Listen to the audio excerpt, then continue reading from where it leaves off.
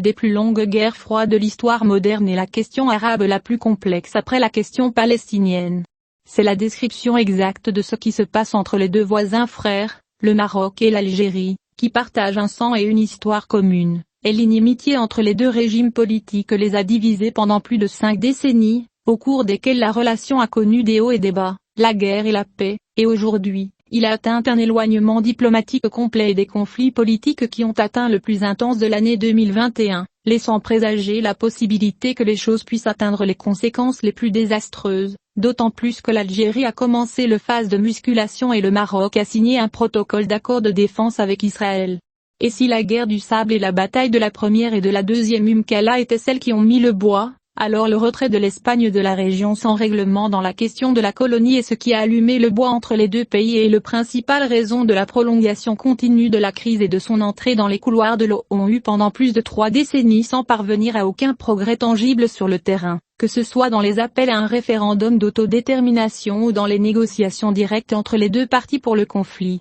ou encore les nombreuses propositions soumises par les secrétaires généraux en charge de la question du Sahara. L'accélération des événements sur la question du Sahara et sa tendance à la révolution au cours des 2 dernières années a mis l'Algérie et le Maroc en contact direct, surtout après que le Maroc a réussi à bénéficier du soutien du lobby juif à l'intérieur de la Maison-Blanche en faveur de sa cause en échange contre la normalisation des relations avec Israël, qui a conduit à l'ouverture d'un consulat américain à Dakhla, qui a provoqué l'Algérie au point de déclarer l'hostilité absolue avec le Maroc et de menacer de recourir à la force pour forcer un retour à la case départ de la question du Sahara. La relation entre les deux pays est entrée dans un carrefour où l'Algérie a décidé de rompre ses relations avec le Maroc, mais elle n'a pas lié la raison à ce qui s'est passé dans le dossier du Sahara, mais a plutôt préféré que la raison accuse le Maroc de tentative de cibler l'Algérie en interne avec complicité avec des séparatistes les accusant d'être impliqués dans les incendies de l'été 2021. Selon la version algérienne, tout indique que l'Algérie pourrait commettre une grave erreur en s'engageant dans une confrontation militaire directe après l'incident du ciblage de 2 camions de fret près de la ligne séparant la région du Polisario et les territoires sous contrôle marocain au Sahara, comme la déclaration de la présidence en réponse à l'incident a clairement souligné que l'Algérie a perdu.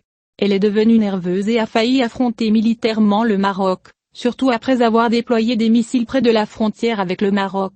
Au cours de ces 2 dernières années, les relations entre les deux pays connaissent leur pire phase, en raison de l'insistance de l'Algérie à rejeter la politique du fait accompli imposée par le Maroc après avoir fait de grands progrès dans les dossiers diplomatiques liés à la question du Sahara et obtenu une position explicite de l'Égypte, l'Émirat arabes unis, l'Arabie saoudite et le Qatar du côté du Maroc.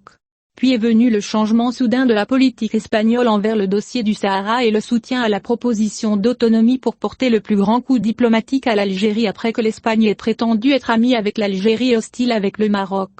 La position française a conclu son soutien à la proposition espagnole, si bien que l'Algérie se retrouve face à un fait indéniable que le Maroc a gagné diplomatiquement sur la question du Sahara et que la question de l'autonomie sera la plus proche d'adoption dans les couloirs de l'ONU, après la position de l'Algérie, qui compte sur le camp russe, est devenue faible par rapport à la position du Maroc, qui est devenue plus pesante avec l'entrée de partis arabes et occidentaux influents soutenant officiellement sa proposition. Jusque-là, l'Algérie refuse à tous ceux qui frappent à sa porte d'intervenir dans le dossier du différend avec le Maroc, car elle a pris sa fête nationale comme un moment pour envoyer un message direct au Maroc qu'il est prêt à épuiser la dernière carte de la confrontation militaire de se déclarer directement partie à la question du Sahara après avoir nié cela. Peut-être le répétera-t-il. Lobby en Amérique, en plus de 4 forces influentes dans la région arabe, soutiennent fermement l'autonomie du Maroc au Sahara et l'appellent clairement marocaine. Le conflit entre l'Algérie et le Maroc a bouleversé le projet d'union du Maghreb, qui devait bénéficier à coup sûr à plus de 100 millions de personnes. Comment se fait-il que le Maghreb, de la Libye à la Mauritanie, soit considéré comme un énorme marché de consommation? En plus de cela, il regorge avec d'énormes ressources naturelles telles que l'or, les phosphates, le pétrole et le gaz en plus de nombreuses mines minérales inexploitées, sans oublier qu'il peut rivaliser avec les pays méditerranéens dans le secteur du tourisme. Non seulement cela, mais ce bloc aurait pu former un accord de défense commune et protégerait les pays de la région de toute ingérence étrangère, comme cela s'est produit en Libye, et adopterait de positions communes sur de nombreuses questions régionales liées à la sécurité nationale, comme une question financière, et surtout, pour élever le niveau de vie de la population de la région au niveau d'avancement culturel et social des résidents des États du Golfe. Nous avons le regret de dire que ce conflit vieux de plusieurs décennies est un crime contre les peuples de la région, qui laisse les jeunes et les talents à la recherche d'une vie digne dans d'autres pays, et que la poursuite de ce conflit ne fera que conduire la région à plus de pertes de temps et d'opportunités et plus de gaspillage de milliards de dollars dans une course aux armements qui ne concernera pas que les vendeurs d'armes.